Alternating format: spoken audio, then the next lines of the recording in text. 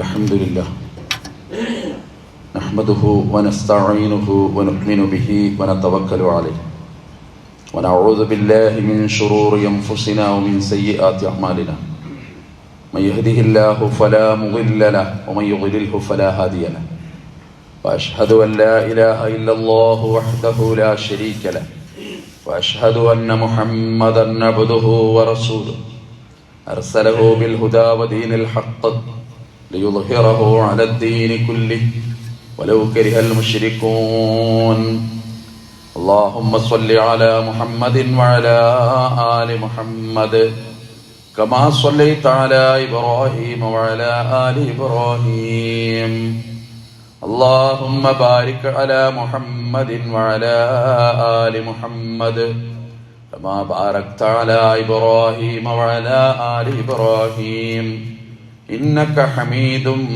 مجيد أما بعد فإن خير الحديث كتاب الله وخير الهدي هدي محمد صلى الله عليه وسلم وشر الأمور محدثاتها وكل محدثة بدعة وكل بدعة ضلالة أيها الإخوان والأخوات أوصيكم وإياي أولا بتقوى الله يا أيها الذين آمنوا اتقوا الله حق تقاته ولا تموتن إلا وأنتم مسلمون أعوذ بالله من الشيطان الرجيم يوم يحمى عليها في نار جهنم فتكوى بها جباههم وجنوبهم وظهورهم هذا ما كنزتم لأنفسكم فذوقوا ما كنتم تكنزون.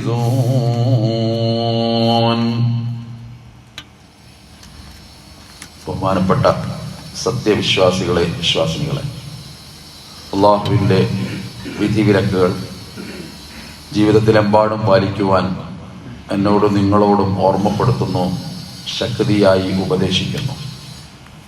കാരുണ്യവാനായ പടച്ചറപ്പ് ഇരു ലോക വിജയികളുടെ കൂട്ടത്തിൽ ഉൾപ്പെടുത്തി നമ്മളെ എല്ലാവരെയും അനുഗ്രഹിക്കുമാറാകട്ടെ. മാരകമായ രോഗങ്ങളിൽ നിന്ന് അള്ളാഹു നമ്മളെ കാത്തു രക്ഷിക്കുമാറാകട്ടെ. പരിശുദ്ധ റമളാൻ അതിൻ്റെ ആദ്യത്തെ 10 അന്ത്യമാവുകയാണ്. എല്ലാം വിരഹമാകുന്നത് പോലെ, യാത്ര പോകുന്ന പോലെ കാലം അതിൻ്റെ യാത്ര തുടരുകയാണ്. ദിവസങ്ങൾ വളരെ പെട്ടെന്നാണ് കടന്നുപോയിക്കൊണ്ടിരിക്കുന്നത് എന്ന് നമുക്കറിയാം. ആദ്യ ഭാഗത്തെ അപേക്ഷിച്ച് ഈ റമളാനിന്റെ അവസാന ഭാഗം കൂടുതൽ പുണ്യം നിറഞ്ഞ സാഹചര്യങ്ങളിലേക്ക്, നിമിഷങ്ങളിലേക്ക് റബ്ബിന്റെ അനുഗ്രഹത്താൽ നമ്മൾ കടക്കുകയാണ്. തീർച്ചയായും പ്രാർത്ഥനകളും പരിശുദ്ധ ഖുർആനുമായുള്ള ബന്ധവും ദാനധർമ്മവും അതിലുപരി മനസ്സിന്റെ വിശുദ്ധിയും എല്ലാ പിണക്കങ്ങളും മാറ്റാനുള്ള മനസ്സിന്റെ തേട്ടവും മരണത്തെ മുന്നിൽ കണ്ട ഒരു ജീവിതത്തിന്റെ വിശ്വാസിയുടെ മനോഭാവവും ഒക്കെ നമുക്ക് അനിവാര്യമാണ്. അനുഗ്രഹങ്ങൾ ഒരുപാട് വാരി വിതറി നമുക്ക് തന്നവനാണ് അല്ലാഹു. അത് എണ്ണാൻ കഴിയില്ലെന്ന് ഖുർആൻ പഠിപ്പിച്ചതുമാണ്. അനുഗ്രഹങ്ങളാണ് നമുക്ക് കിട്ടിയ മക്കൾ, അനുഗ്രഹമാണ് നമ്മുടെ സമ്പത്ത്. അൽ മാലു വൽ ബനൂന സീനത്തുൽ ഹയാത്തിദ് ദുനിയാ. സമ്പത്തും മക്കളും ദുനിയാവിന്റെ അലങ്കാരമാണ്. അതില്ലാത്തവനെ അത് തിരിയുള്ളൂ. ദാരിദ്ര്യം കൊണ്ട് രണ്ടറ്റം കൂട്ടിമുട്ടിക്കാൻ പ്രയാസപ്പെടുന്നവന് എന്താണ് പണം എന്നറിയാം. മീൻ മാർക്കറ്റിൽ പോയപ്പോ എല്ലാവരും കഷ്ണം മീൻ വാങ്ങി പോവുക. ഇവന്റെ മക്കളെ ഓർത്ത് നിവൃത്തിയില്ലാതെ ഇവൻ ചാള അല്ലെങ്കിൽ മദ്യമൊക്കെ വാങ്ങി തിരിച്ചു പോരുക, അല്ലെങ്കിൽ വാങ്ങാതെ പോരുക. അങ്ങനത്തെ ആളുകൾ ദുനിയാവിലുണ്ട്. ദാരിദ്ര്യമല്ലാത്ത ഒരു പരീക്ഷണമാണ്. പക്ഷെ ഇസ്ലാം പറയുന്നത് സമ്പത്തും പരീക്ഷണമാണെന്നാണ്. രണ്ടും പരീക്ഷണം എന്നാണ് അല്ലാഹ് പറയുന്നത്. മക്കൾ പരീക്ഷണമാണ്, സമ്പത്ത് പരീക്ഷണമാണ്. ഇന്നമാ അംവാലുക്കും വഔലാദുക്കും ഫിത്ന. നിങ്ങളെ ധനം പരീക്ഷണമാണ്, നിങ്ങളുടെ മക്കൾ നിങ്ങൾക്ക് പരീക്ഷണമാണ്. ആ പരീക്ഷണത്തിൽ വിജയം വരിക്കാൻ നമുക്കാകുമോ ഇല്ലയോ എന്നുള്ള ഒരു ടെസ്റ്റാണ് ഈ ജീവിതം എന്ന് പറയുന്നത്. കിട്ടുന്ന ആയുസ്, കിട്ടുന്ന ദിവസങ്ങൾ, കിട്ടുന്ന നിമിഷങ്ങൾ നമ്മൾ എന്തു ചെയ്യുന്നു എന്ന് ശക്തമായി നിരീക്ഷിക്കാൻ അല്ലാഹുവിന്റെ നിരീക്ഷകന്മാരുണ്ട്. അള്ളാഹു അവരെ ഏർപ്പാട് ചെയ്തിട്ടുണ്ട്.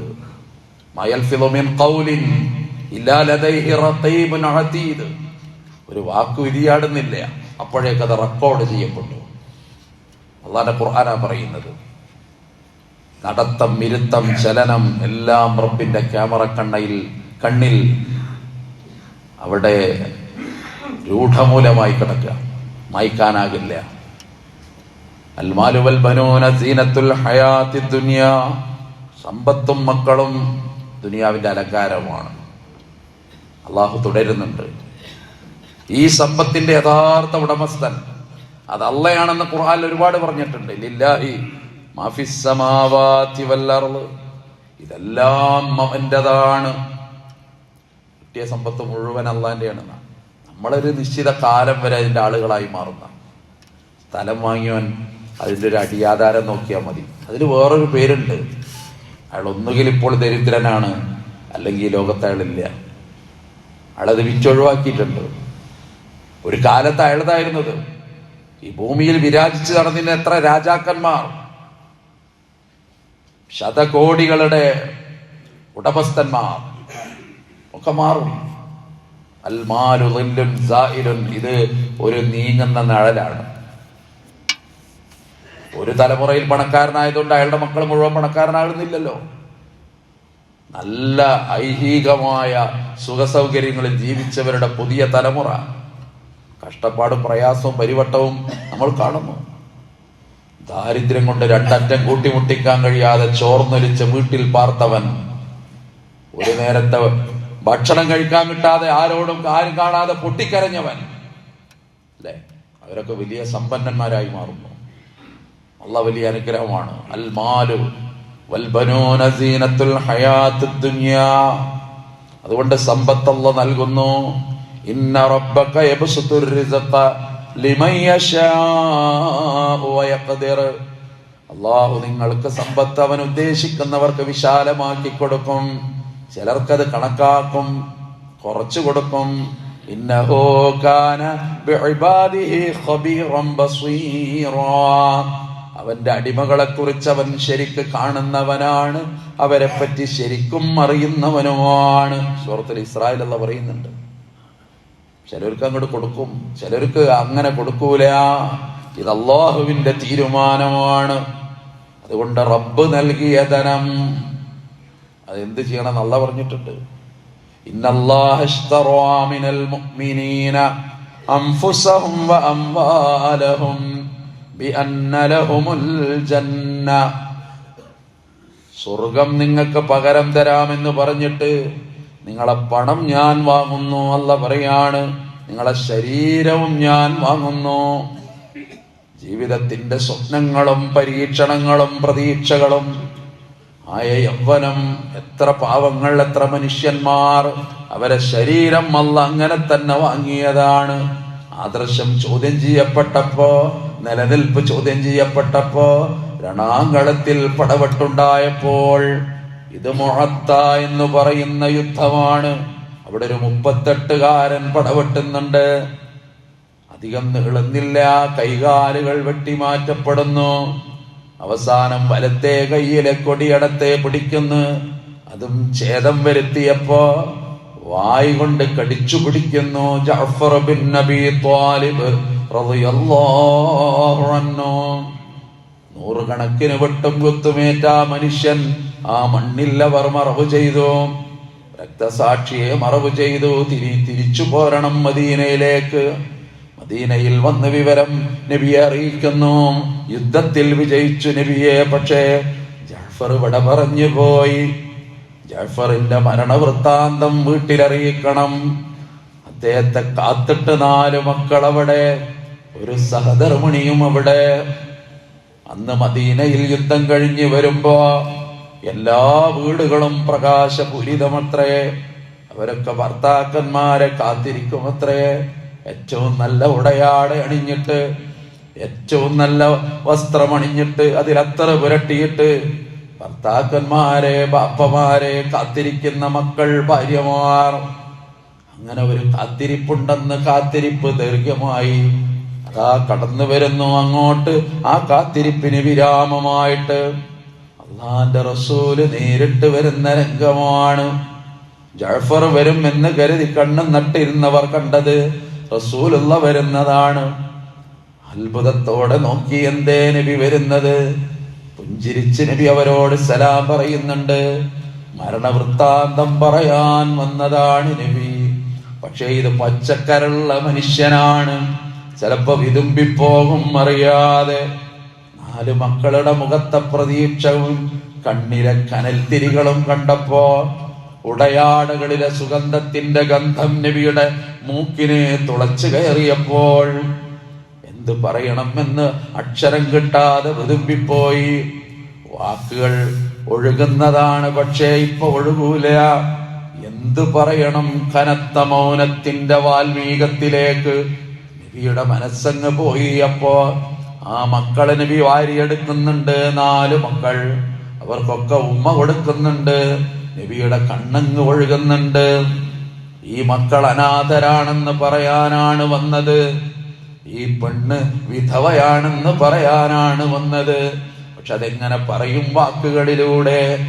ഉമ്മ വെച്ചു നബി ഓരോരുത്തരെ അവിടുത്തെ കണ്ണിൽ നിന്ന് കണ്ണുനീരിങ്ങനെ ഇറ്റിറ്റ് വീണപ്പോ അത് മക്കളെ മുഖത്ത് കൂടി ഒഴുകിയപ്പോ അവിടുന്ന് താഴോട്ട് ഇറ്റി വീണത് കണ്ടപ്പോ പെണ്ണിന്റെ ഒരു ചോദ്യമുണ്ട്. കടപ്പറ പങ്കിട്ട സഹധർമ്മിണിയുടെ ചോദ്യം, ഹൈന ജഅഫർ യാ റസൂലല്ലാഹ്, അല്ലാഹുവിന്റെ റസൂലേ എന്റെ ജഅഫർ എവിടെയാണ്? അപ്പൊ ഒരു മറുപടി വരുന്നുണ്ട്, കരയാതെ പെങ്ങളെ കരയാതെ, നിന്റെ ജഅഫർ ഇപ്പ രക്തം പുരണ്ട ചിറകുകളോടെ ജന്നാത്തുൽ ഫിർദൗസിൽ പാറിക്കളിക്കുന്നുണ്ട്. വജഅഫറുല്ലദി യുദ്ഹി വയുംസി യതീറു മഅൽ മലായികത ഇബ്ന അമ്മി. അതാണ് ശരീരം കൊടുത്ത് സ്വർഗം വാങ്ങിയെന്ന് പറഞ്ഞു. സ്വർഗം അങ്ങോട്ട് കൊടുത്തു നബി. ഭാര്യ അന്തം വിട്ടുപോയി. നബി പറഞ്ഞ വാക്ക് കേട്ട് എന്റെ ജഅഫറിന് സ്വർഗം എന്ന് കേൾക്കുമ്പോ എല്ലാ ദുഃഖവും മറക്കുന്ന തലത്തിലേക്ക്, വിരഹം പോലും മറക്കുന്ന, അതാണ് ജീവൻ കൊണ്ട് ശരീരം കൊണ്ട് അവർക്ക് നാം സ്വർഗം കൊടുത്തു. അവരുടെ സമ്പത്ത് ഞാൻ ഇങ്ങ് വാങ്ങി, അവർക്ക് ഞാൻ സ്വർഗം കൊടുത്തു. മദീനയുടെ വരൾച്ചയുടെയും ക്ഷാമത്തിന്റെയും ഒരു ദിവസം, ആകെ പ്രയാസപ്പെട്ട ദിവസമാണ്. എവിടെന്നും ഭക്ഷണം കിട്ടുന്നില്ല, പണം കൊടുത്താലും ഭക്ഷണം കിട്ടുന്നില്ല. അത്ര പ്രയാസമുള്ള ഒരു വറുതിയുടെ കാലം. എന്ത് ചെയ്യണം ജീവിക്കാനെന്നറിഞ്ഞുകൂടാ. അബൂബക്കർ സിദ്ദീഖ് റളിയല്ലാഹു അൻഹു രാജ്യം ഭരിക്കുന്ന കാലം കൂടിയാണെന്ന് ഓർക്കണം.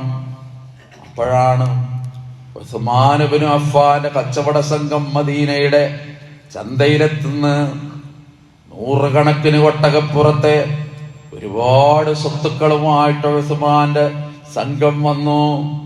അന്ന് മദീനയിലെ കച്ചവടക്കാർ വിലപേശി.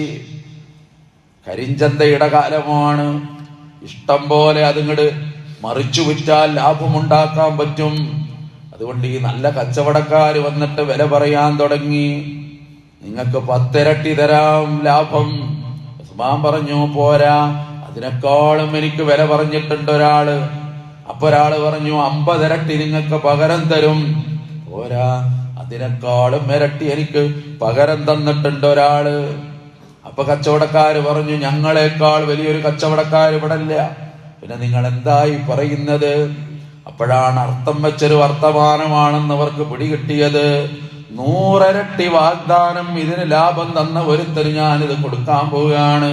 മദീനയിലെ ആളുകൾക്ക് മുഴുവൻ ആ ഭക്ഷണ സാമഗ്രികൾ സൗജന്യമായി ഉസ്മാൻ ഇബ്നു അഫ്ഫാൻ റളിയല്ലാഹു അൻഹു വിതരണം ചെയ്യുകയാണ്.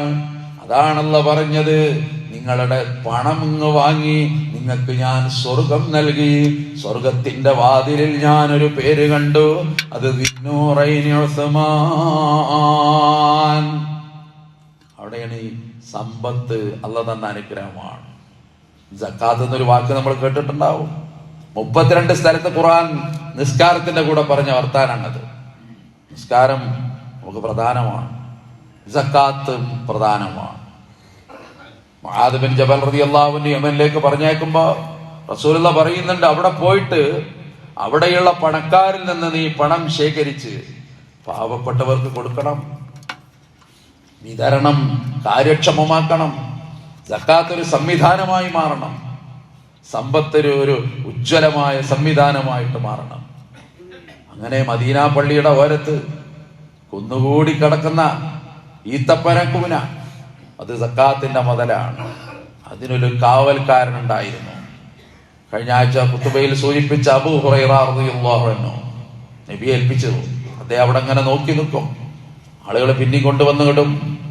വ്യവസ്ഥാപിതമായിട്ട് അത് വിതരണം ചെയ്യുന്നൊരു കാലങ്ങൾ എത്ര കടന്നു പോകണം. നബി ലോകത്തോട് വിട പറയണം. ഫാത്തിമ ആയിഷ ബീവിയുടെ മടിത്തട്ടിൽ കടന്നിട്ട് അള്ളാന്റെ റസൂല് ലോകത്തോട് വിട പറഞ്ഞ് കടന്നു പോകണം. അത് നിയമമാണ്, അള്ളാന്റെ തീരുമാനമാണ്. ഉമർ ബിൻ ഖത്താബ് റളിയല്ലാഹു അൻഹു വാളെടുക്കുന്നുണ്ട്.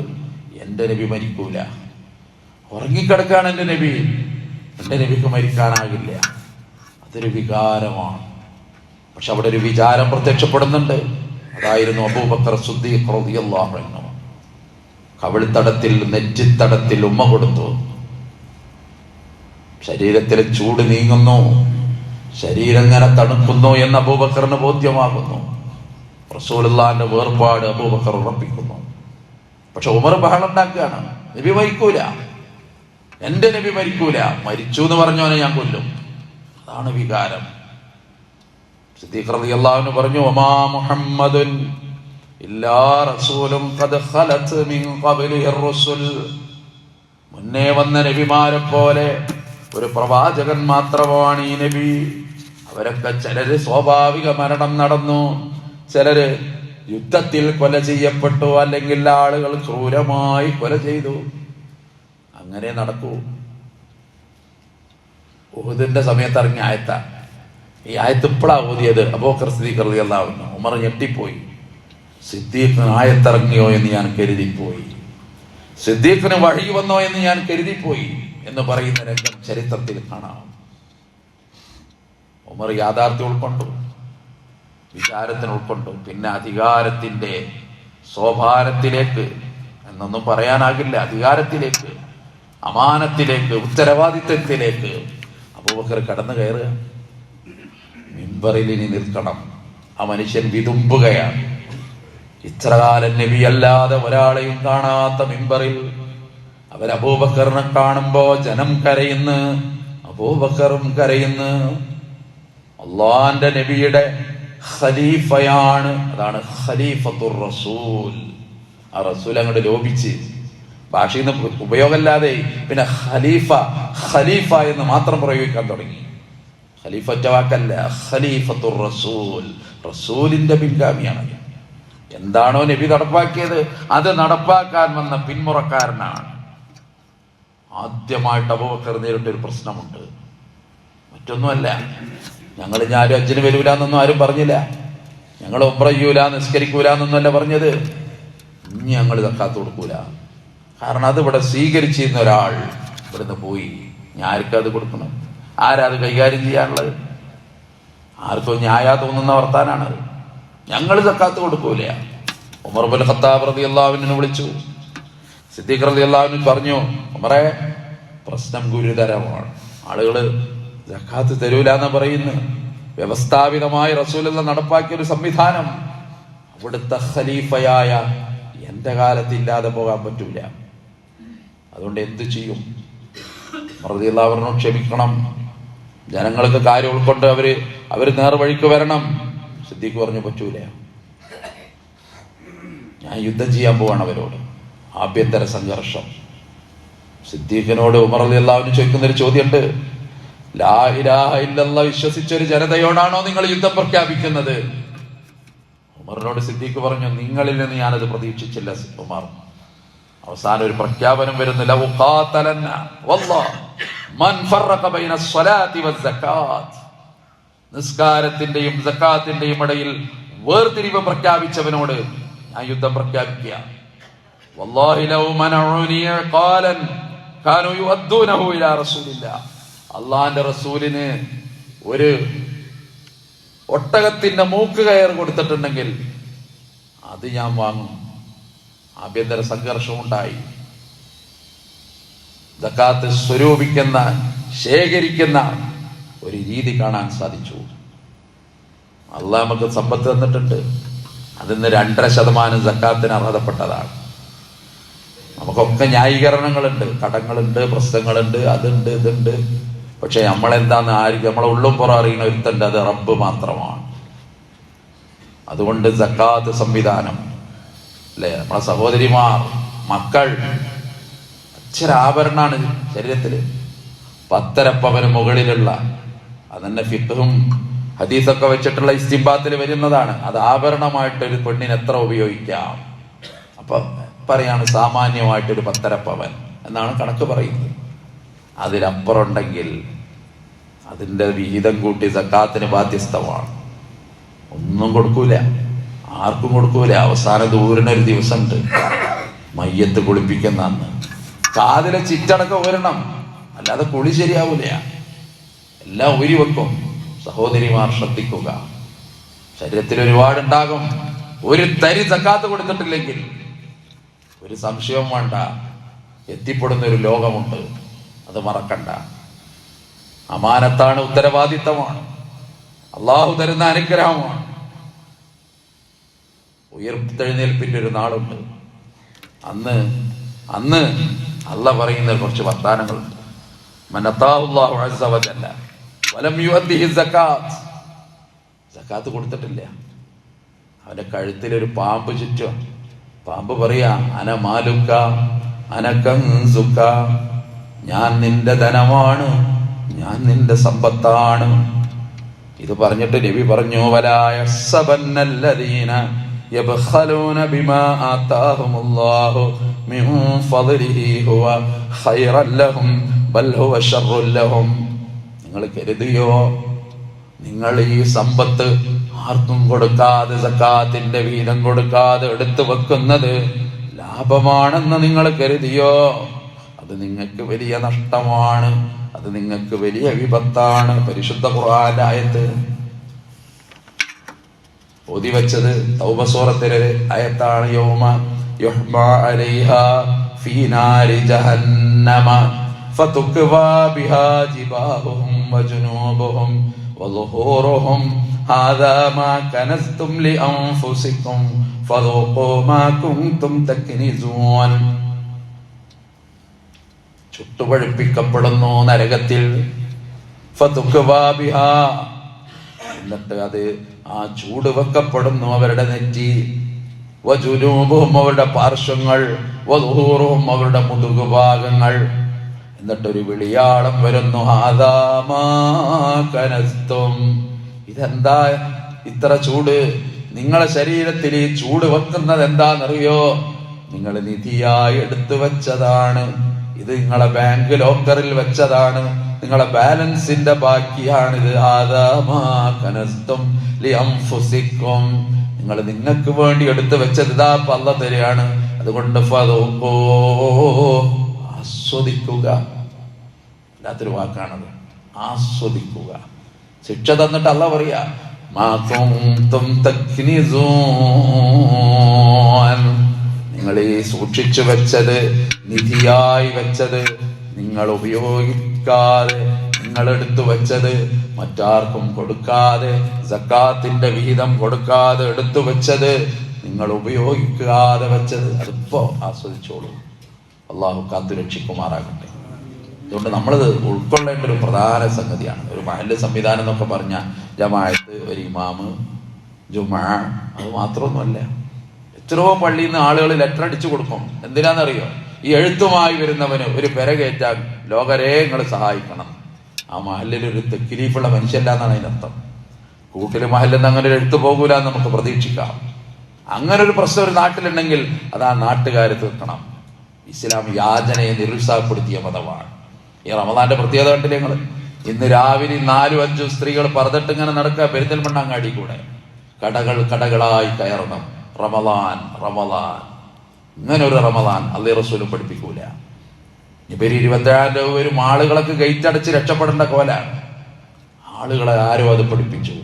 വ്യക്തിക്ക് കൊടുത്താലേ സക്കാത്ത് വീടുള്ളൂ എന്ന് പൗരോഹിത്യം ഈ നാട്ടിൽ പഠിപ്പിച്ചതിന്റെ അപകടമാണ് സത്യത്തിൽ അവിടെ സംഭവിച്ചത്. അതൊരു വ്യവസ്ഥാപിതമായി ഒരു സംവിധാനം പോലെ സക്കാത്തിന്റെ അവകാശികൾക്ക് അങ്ങോട്ട് എത്തിച്ചു കൊടുക്കുന്ന, ഓരങ്ങട് വരുത്തിയിട്ടല്ല, ഓരോ ക്യൂ നിർത്തിയിട്ടല്ല. ലോകത്ത് സക്കാത്ത് വാങ്ങുന്നിടത്ത് തിരക്ക് കൂട്ടി മരിക്കുന്ന ഒരു രാജ്യം ഉണ്ടെങ്കിൽ അതിന്റെ പേര് ബംഗ്ലാദേശാണ്. എല്ലാ കൊല്ലം പേപ്പറിൽ ന്യൂസ് കാണും നിങ്ങൾ, അല്ലെങ്കിൽ അവിടെ പരിചയമുള്ള ആളുകൾക്കറിയാം. ധനാട്യന്മാർ മട്ടുപ്പാവിൽ നിന്നിട്ട് പണങ്ങനെ എറിയാണ്. അഹങ്കാരം, ആളുകൾ ഇങ്ങനെ ചാടി പിടിക്കുക. അതാത്ര സക്കാത്ത്. അങ്ങനൊരു സക്കാത്ത് ഈ ലോകത്തുണ്ടാവില്ല, ഇസ്ലാമിലുണ്ടാവില്ല. ഇസ്ലാമിന്റെ സക്കാത്ത് അതെത്ര മനോഹരമാണ്. അത് പട്ടിണി മാറ്റലാണ്, അത് ആവശ്യ നിർവഹണമാണ്, അത് വിഷമമുള്ളവന്റെ കണ്ണീര് ഒപ്പിക്കൊടുക്കുന്ന പ്രവണതയാണ്. അതുകൊണ്ട് യാചനല്ല, യാചനയുടെ അവസരം ഉണ്ടാവില്ല. വ്യവസ്ഥാപിതമായി സക്കാത്ത് കൊടുക്കണം. ഇവിടെ ഒരു സക്കാത്ത് കമ്മിറ്റി ഉണ്ട്. മഹല്ലിൽ പാർക്കുന്ന ആളുകൾ അതിനോട് നീതി പുലർത്തണം. ഞാൻ അവിടെ കൊടുത്തു, ഞാൻ ഇവിടെ കൊടുത്തു, ഒക്കെ ശരിയായിരിക്കാം, കൊടുക്കേണ്ടതുണ്ടാകാം, കൊടുക്കണം. പക്ഷെ ന്യായമായും തൻ്റെ ഒരു വിഹിതം ഇതിലുണ്ട് എന്ന് ഉറപ്പുവരുത്തണം. അങ്ങനെ ഈ സംവിധാനത്തിന് മുന്നോട്ട് പോകാൻ കഴിയുള്ളൂ. ദീനിന്റെ ഒരു ഷിആറാണ് മസ്ജിദ്, ദീനിന്റെ ഒരു ഷിആറാണ് ജുമുഅ, ദീനിന്റെ ഒരു ഷിആറാണ് ഇങ്ങനെയുള്ള കൂട്ടായ്മകളും കൂടിച്ചേരലും. ആ ഷിആറുകൾ നിലനിർത്തണം. അത് പ്രധാനമാണ്. അത് ചെറുതല്ലാത്തൊരു പ്രതിഫലം നാളെ റബ്ബിൽ നിന്ന് നമുക്ക് ലഭിക്കുമെന്ന കാര്യത്തിൽ തർക്കം വേണ്ട. അതുകൊണ്ട് സാന്ദർഭികമായി സൂചിപ്പിക്കുകയാണ്. എന്നല്ലെങ്കിൽ നാളെ അങ്ങോട്ട് വട പറയുമ്പോ ഒന്നുമില്ല കൊണ്ടുപോകാൻ.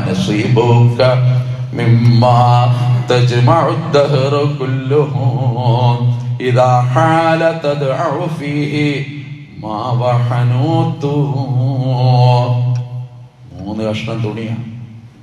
സ്ത്രീകളാണെങ്കിൽ 5 വസ്ത്രമാണ്. അതിലധികം ഒന്നുമില്ല. കുറച്ച് പഞ്ഞിയൊക്കെ എവിടൊക്കെയോ ആരൊക്കെയോ വെച്ച് തരുന്നുണ്ട്.